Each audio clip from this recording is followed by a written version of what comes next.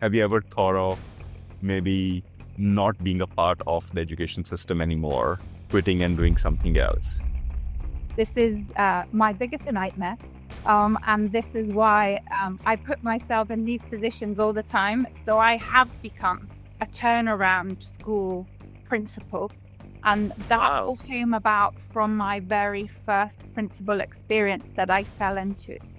The day after I was appointed, the school went into what we call special measures, which meant it was likely to close. The behavior was so bad that I would not walk through the school on my own.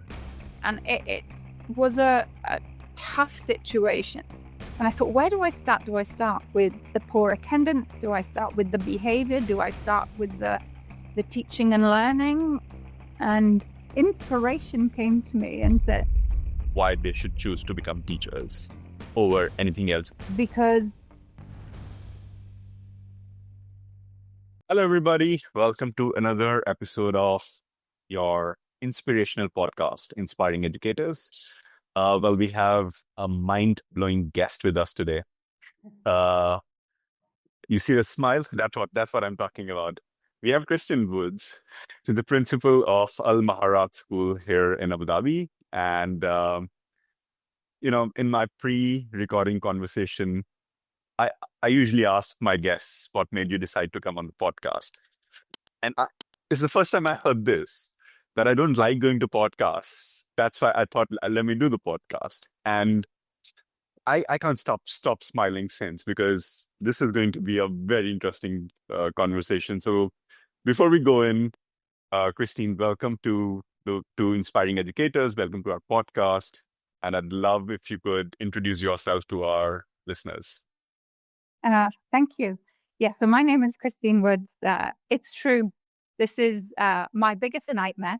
And this is why I put myself in these positions all the time, is because I want to be a role model for everybody else who finds challenges in their lives and attempts to get over them. I'm an educator.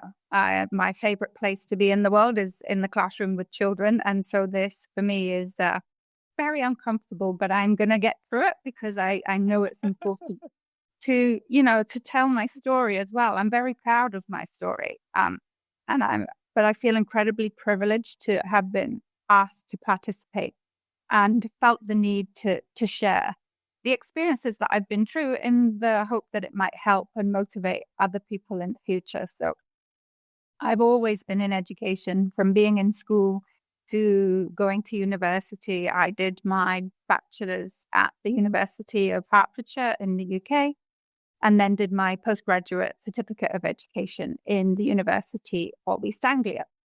So I always knew from then that I enjoyed being in the classroom. I enjoyed watching children's excitement of learning. I started in the secondary sector, working with the older children and the teenagers. But since being in the UAE, I've worked across from the ages of 3 to the ages of 18.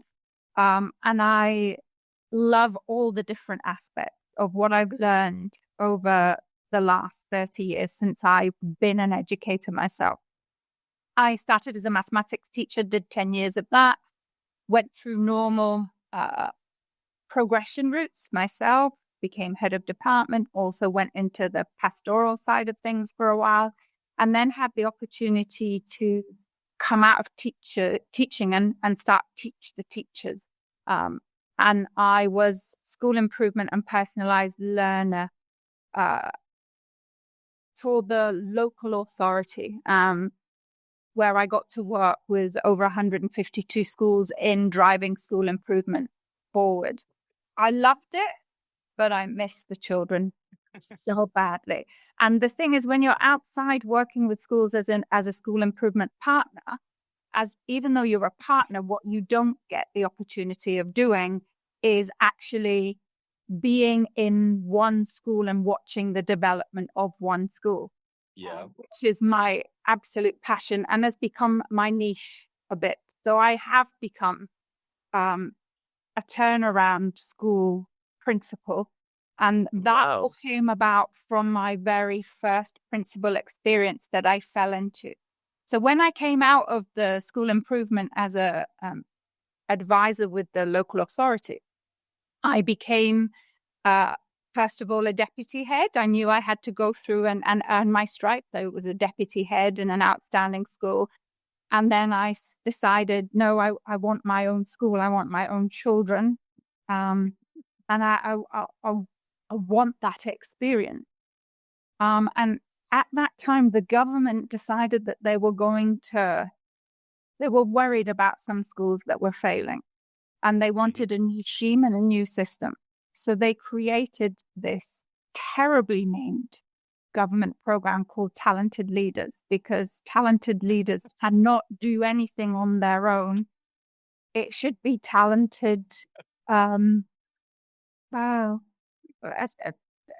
talented schools and Talented teams, talented educators. absolutely. So I always hated what it was called, but I was intrigued. So this time in my life, my two children had grown up, and I thought, right, okay, I am now in a position where I can go wherever I'm sent. It was like a calling. So you became part of the program. You had to go through a very rigorous process where they made a decision. If you had the capability, the ambition, the drive, and the skill set to be really parachuted into a school and try to turn around schools that were perceived as fake. So I took the challenge on. First principalship, had no proof of impact in that role in the past, but they took a chance in me, and I took on a school in Ipswich in the UK. And the day after I was appointed, the school went into what we call special measures, which meant it was likely to close unless something drastically happened. And I went, wow, I'm going to give it my best That's shot. a challenge. That's a challenge. So fun learning experience. I mean, I look back now, 10 years later, and think I was so naive. Who was I to think that I could just go in and sort this situation out? And I'm also almost cringeworthy of some of the mistakes that I made along the way. But oh my goodness, it's created the person who I am today, which I'm very, very grateful for. So I took this school on, and where do you start?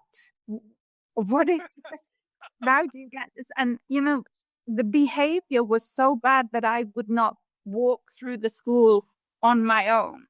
And it was a tough situation. And I thought, where do I start? Do I start with the poor attendance? Do I start with the behavior? Do I start with the teaching and learning? How do I make this work?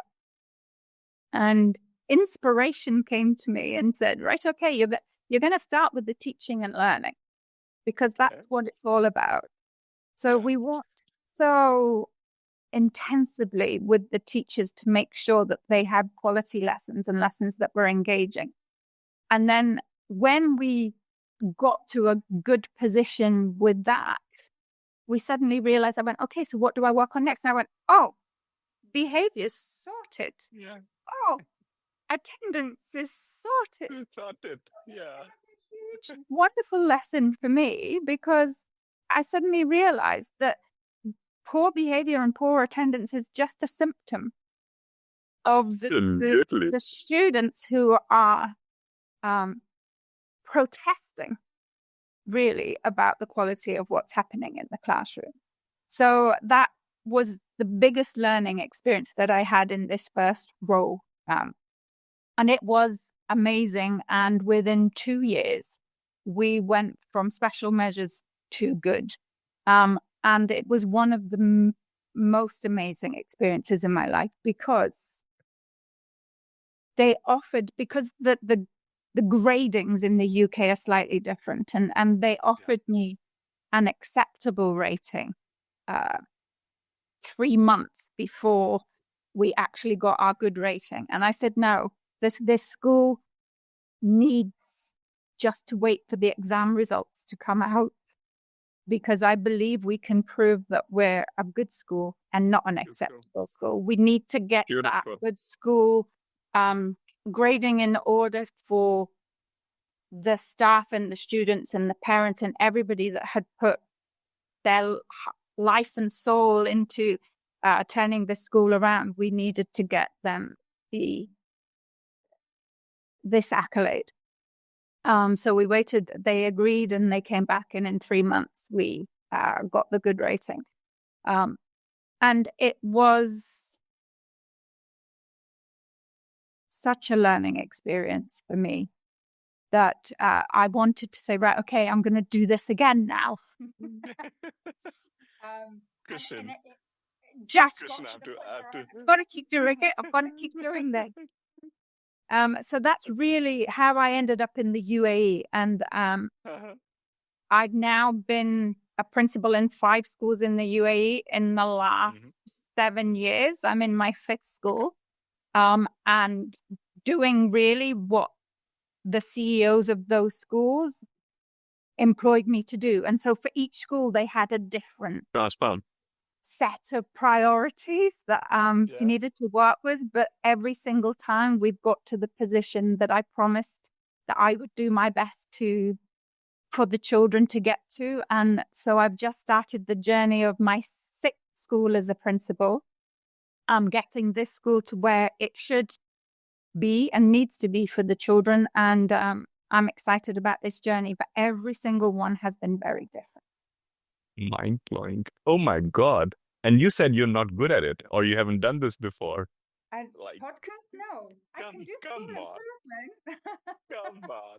You know, the first part of the conversation, and I have so much to take back, and I'm sure everybody who's listening to this would agree with this. You set the example right at the onset by saying that as a leader, I take challenges, and then I make sure that I face my fears, and I grow out of them. And you have to set an example. You have to be a role model. So that's right. At the very beginning, that's what you said. Then you mentioned how, you've always tried to be the leader with no title, a leader who doesn't care about the title, but wants to make the transformation work and gives the 100%. Then that beautiful gem, that teaching and learning is the base. You sort that out, everything else figures out itself. Great learning experience, that. Absolutely. So I think if anybody just logged onto this podcast and heard the first 10 minutes of your introduction, they would have found so many gems in that. And thank you so much for sharing that. I want to shift gears here and ask you that you've been a person who's found challenges, made sure that you face your fears and have always won over them, and taking a school from, going almost to being shut down to turning it around and making it a good school. It just sounds simple. I know, working in education for so many years now in different parts of the world, that it is not simple. And when it comes to a place where a school is in special measures, taking that school to turning around and then sorting all the stakeholders, it's not easy. You just said it very easily, but I know what it takes to be there. So you've seen these challenges. You've you've made sure that you've come out victorious out of all of these. But has there been any particular incident in all of these stories where you really felt that, hey, is any of it worth it? Have you ever thought of maybe not being a part of the education system anymore, quitting and doing something else? And I ask this question because we stand at a place where more and more educators are leaving and going. And I want your perspective on how tough does it get, and how does one really keep oneself on track? The most difficult job I've ever had is being a mathematics teacher. This job of school improvement and being a leader and a principal to me is much simpler. And I think remembering what it's like to be in the classroom and also still making sure that you model as an outstanding practitioner yourself, what you expect to see in the classroom is really, really important. So I regularly will go in and do model lessons within the classroom just to remind myself and also to model, because it's very hard for teachers that are doing this job every day to take instruction from somebody who they're not sure is able to do the job themselves. And so from that, I think it's really important to demonstrate yourself the good practice involved with quality teaching and learning, and always remembering the difficulty. So when I was I must have been about 10 years into teaching, that I had one of the most difficult bottom set classes of mainly boys. And last thing on a Friday afternoon, I tried to keep them motivated. I tried everything that I could think of to keep sane myself, because these boys, when you're in a class of 14-year-old boys who don't want to learn and have been told their entire lives that they're useless at mathematics, it's really hard to motivate them. And I can also remember Googling at one point, what other jobs could I do if I'm a maths teacher? Where can I apply these skills elsewhere? Because I was getting to the point where I was dreading these classes, and all I could look forward to was the bell ringing at the end of Friday, knowing that I'd got through another week. And it was just a really tough time in my profession. And now as a leader, I look back and go, oh my goodness, there's still so many people in this situation all across the world who just have to find what works for them. Yeah. So I remember one particular time they brought a football into the classroom, and they were playing football in the classroom rather than doing any mathematics. And it's just me. And at this time, I was a young teacher in my teaching career, not more than maybe 10, 15 years older than the boys themselves. And I was thinking, what am I going to do? And then I thought, the boys love their football. It's very clear they love their football. And then I overheard them talking about a football match that they were having the next day on the Saturday. And I listened to the football match, and I listened to where they were playing. And I turned up at that football match, and I watched football. And I never had a problem with behavior ever again with those boys, because of the interest that I showed in their lives. And showed that I believed in them and that I cared about them and that I wanted them to be successful. Whether it was mathematics, whether it was football, it didn't really matter to them in the end. And that had a profound impact on me. And these are the kind of stories that continue to motivate me. And I can recall another similar example when I was ahead of year. And in those days, the children could go off site at lunchtime. And some of my girls used to go off site and hide away by these garages. And then I had one resident who came and said, these girls have written graffiti all over my garage. And I said, okay, girls, we're going to have to go paint the garage. So I bought some paint, and I took the girls, and on a Saturday morning, we all went and we all painted the garage. There has to be consequences, but whatever the consequence is, it has to be meaningful so that there's a good lesson learned. And again, these girls, because they'd painted the garage, do you think they're ever going to graffiti the garage again? Not at all. But this is all about making sure that children are learning the right lessons through the right experiences that you have the opportunity to give them. So these are the kind, this is, it is quite interesting because when I had my interview for this particular role, one of the things that really stuck in the interviewing panel is that I just had suddenly been allowed to express that I lead with love. And that's the only way I can explain it, is that the only thing that you can do in this role is to love the children.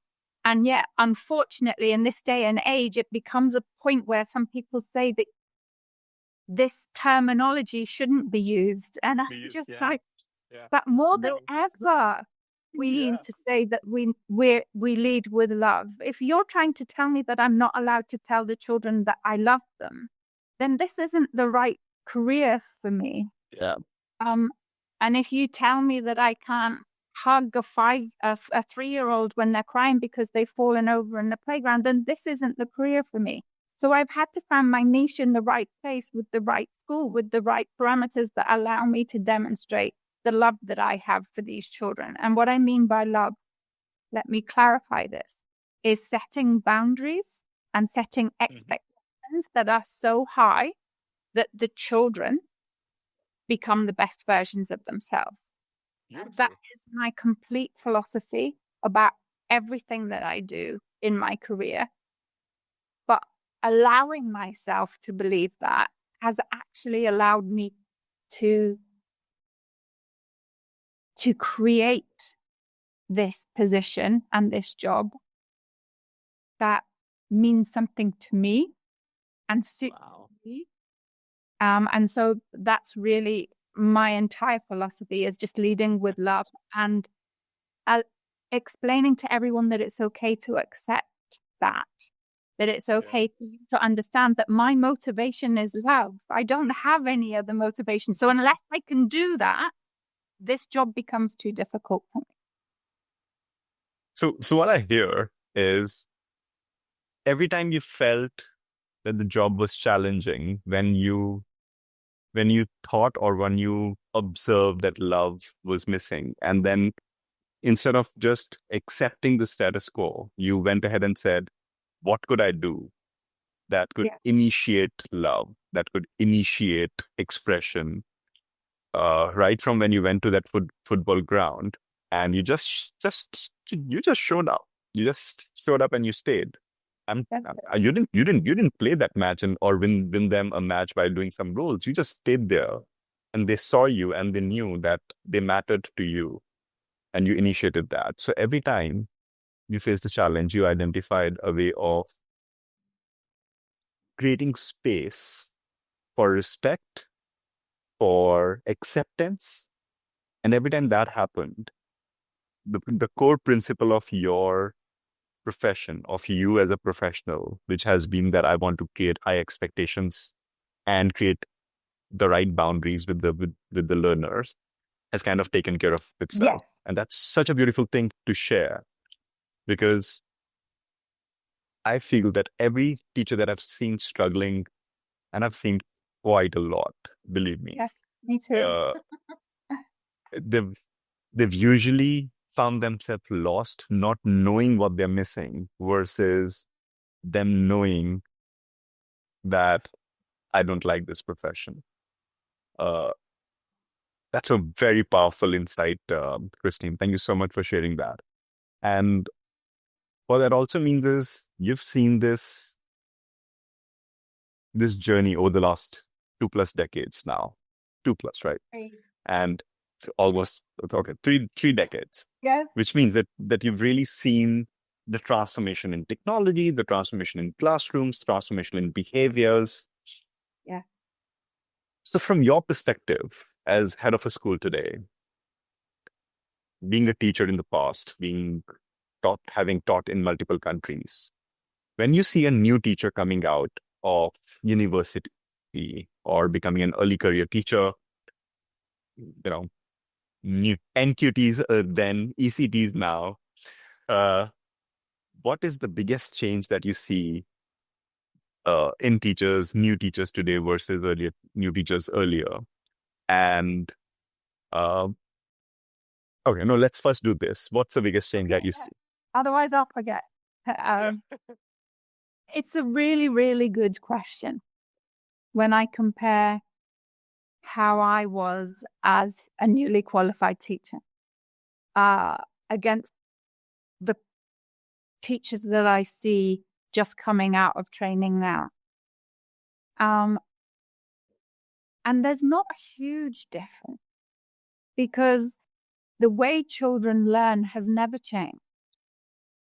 I think we understand more about it. I mean, when I became a teacher, what was natural to me is now scientifically proven around the cognitive ways of learning. But again, it's about relationships more than anything else. So you're still going back to in my opinion, the most successful teachers are the ones who build relationships because they want the children need to know that they're invested. Yeah. And the only way to demonstrate that you're invested is to get to know what motivates the children.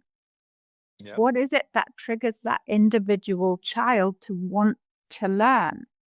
What are the gifts and the talents that these children have that you can bring out?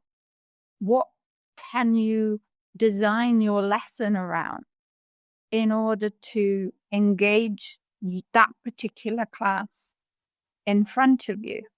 So for me, although you might say, okay, technology's evolved and we went through the whole COVID-19 and where all we used was technology, and then thankfully now we're moving away from innovation equals technology because that's not the definition of innovation, as we all know now. And actually, innovation for me is finding exciting ways for the children to learn away from screen time.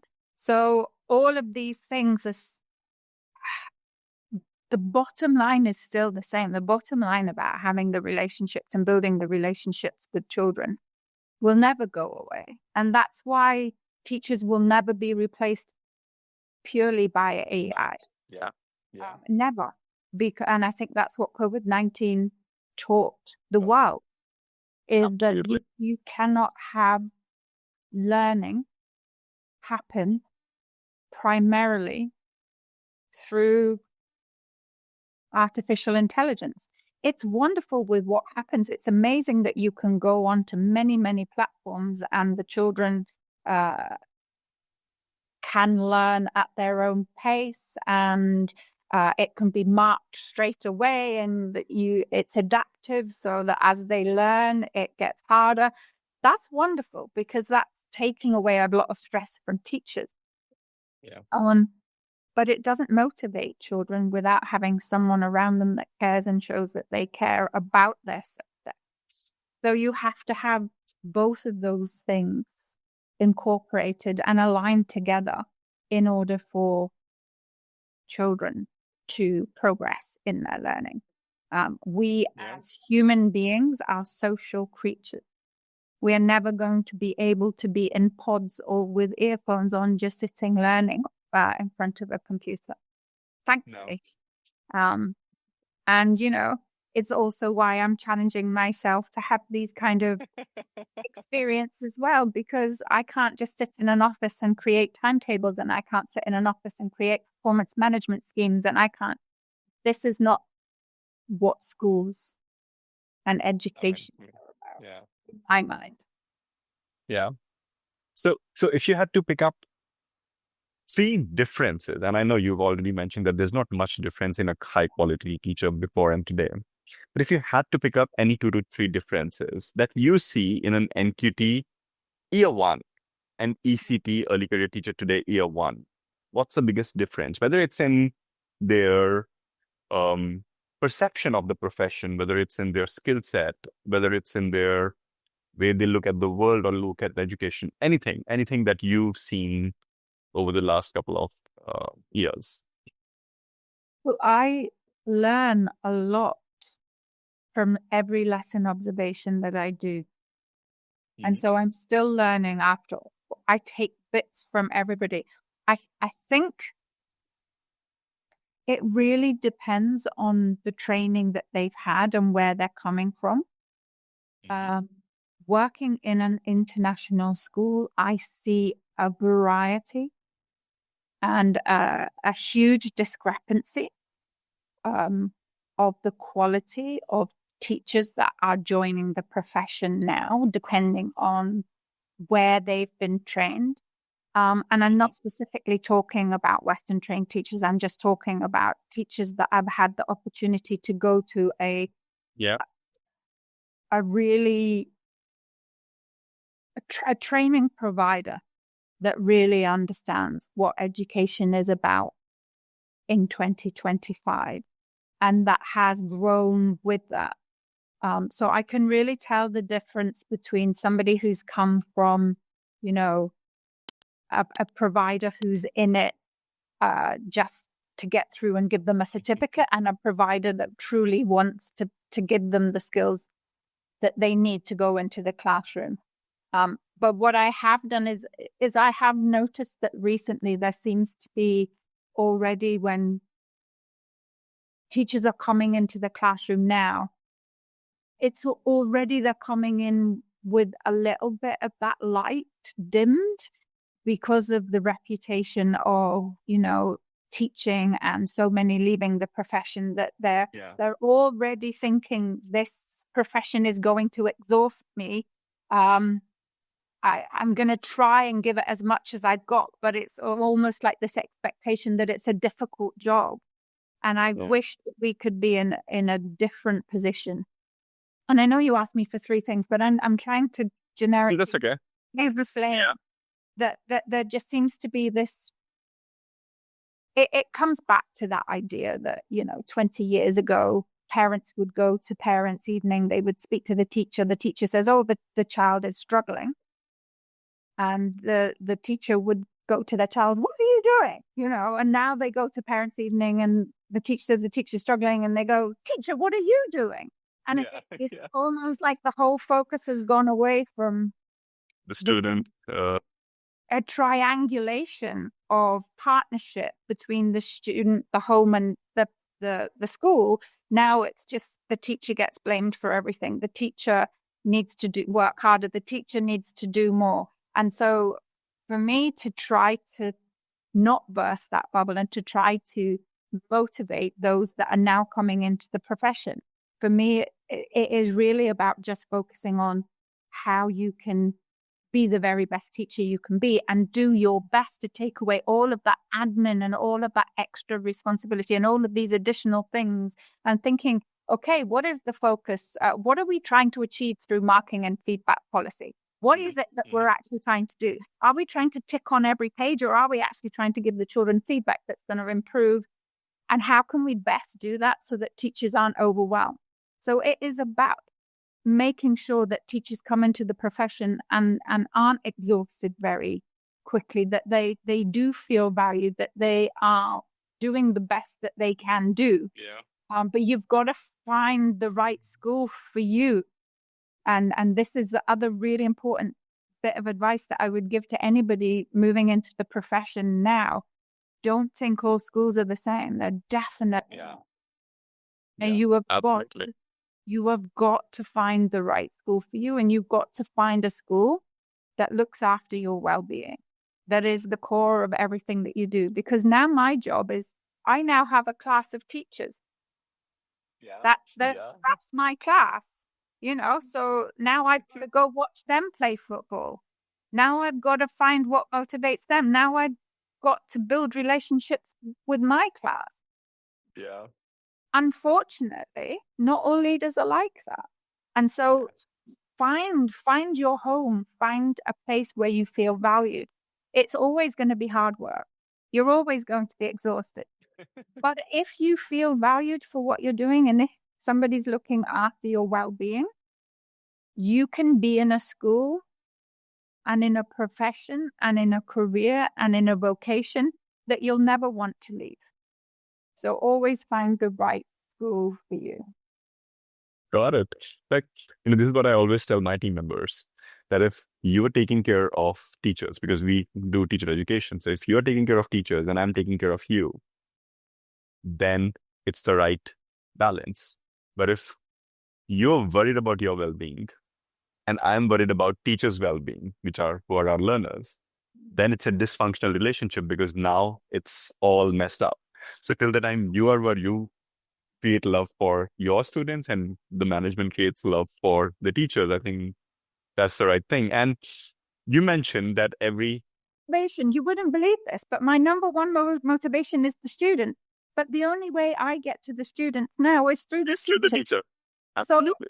for me, all I have to do is make sure they feel appreciated and that their well-being is looked after, because then they can look after the children. And the children are 100% what we're all here for. So, it just gives you that opportunity to work with a wonderful new class. They're just a bit older, but we all have the same need for appreciation and to know that we're doing a good job and to feel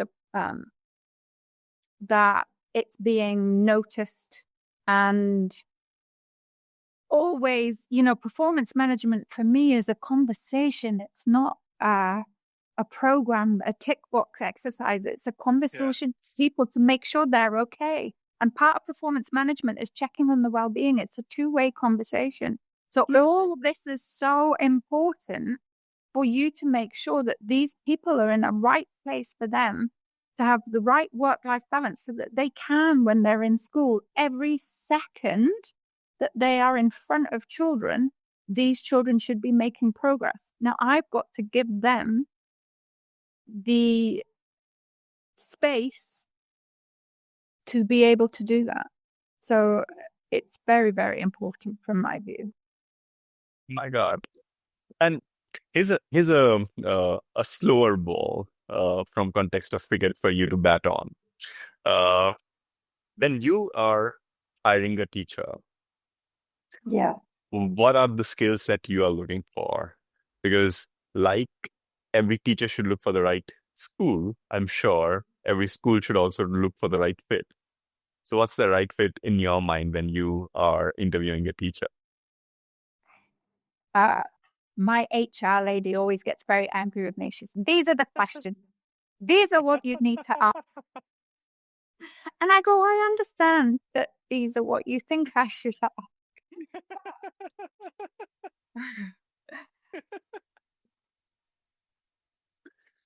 For me, it's about potential. And for me, it's about having passion for what you're about to do. You cannot do this job unless you have drive, ambition, and passion. Everything else, I can teach you. Everything else is skills and knowledge. You've got to have. I don't know what it is. It's just this feeling that you've been called to do the job. And that comes across very easily in an interview. It's them having the same vision as me. And that comes across through all the other questions that you ask outside of, okay, so what does progress look like for you in your classroom? For me, it's the other bit. It's what motivates them. So right from an interview at the beginning, I will always try to build rapport with that person to see if there is a relationship that I can build with them that will motivate them in order to take on all of the challenges that I'm about to give them. Beautiful. And that's be the most important thing. Yeah. So what I hear is everybody has a personal vision. Everybody has a personal goal. And as a leader, what you look for is for people who are able to, one, align with the vision and are able to support and be a part of the team that can help in achieving the goal that you as a leader have set for yourself and for the organization. Did I put it right, Christine? Yeah. It's finding out what motivates every single person and then finding a way to use that motivation to help them to become the best that they can be, the same way we do with children in the classroom. Beautiful. Beautiful. So this is the last part of the podcast where I request you to role play, and I request you to I request you to be a salesperson. The product that you're selling is the teaching profession to the future generations, where teaching is not being considered as an attractive profession, and people are now asking questions that is it even worth becoming a teacher? I know it is worth becoming a teacher. You know it is worth becoming a teacher. But I feel that everything else has become so loud. Everything else has become a sales pitch, that I feel it's our responsibility as educators to have our own sales pitch for our profession. So the role play is that imagine you're standing in front of an auditorium full of final year graduate students who are going to decide what career path they should choose, whether they should become a teacher or should go and do an MBA and become a management consultant or something else. And you, Kristen, were just standing there sharing your story, like what you've already shared. And this is your final part of the pitch where you're telling them why they should choose to become teachers over anything else in around the world. This is the last part. And I somehow have this feeling that this is going to be a very amazing pitch to the future teachers. It's this is something that is so difficult and yet so easy. Because if you're trying to pitch something like this, you can only pitch to those people who have been called to do this profession. Trying to force yourself into a role that you're not comfortable doing is never going to work. Yep. So if you enjoy energy, excitement, enthusiasm, if you enjoy having a tremendous impact on the future of thousands and thousands of people's lives, if you enjoy watching the spark of understanding of a child when they've suddenly understood something that they haven't been able to grasp, when you watch them grow into wonderful humans and young adults who are ready to take on the world and have those leadership qualities, and you watch them grow and develop. If you are somebody who is motivated by working in a team that is all driven to do the same thing with the same passion and drive, if you are somebody who loves children, if you are somebody who understands the meaning of life and why we're all here and our duty to contribute to the development of people around us who we love, then it's the right job for you. If this doesn't motivate you, it's absolutely the wrong job for you, and you'll be miserable in it for the rest of your life. So it really comes down to you as a character and what you believe. Well, we're becoming very philosophical here, but what is the meaning of life? Do you want to contribute? Do you want to make so many people around you develop into amazing human beings? What other profession in the world enables you to do that? So for me, it's quite simple. What's your calling? What do you believe in? What's life about? And do you want to be part of this amazing journey? Wow. Well, that was really mind blowing. I think this would strike the chord with the right people.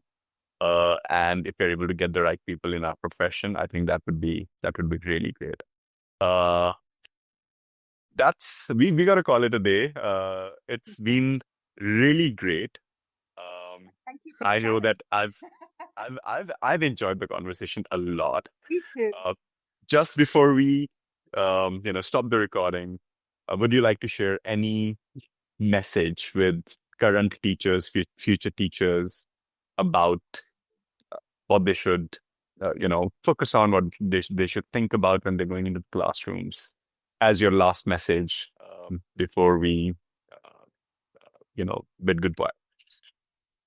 Enjoy the challenge as I have today. Grow from the challenges that you're given because this is what we're here for. Pick yourself up when you fail, make you stronger and grow.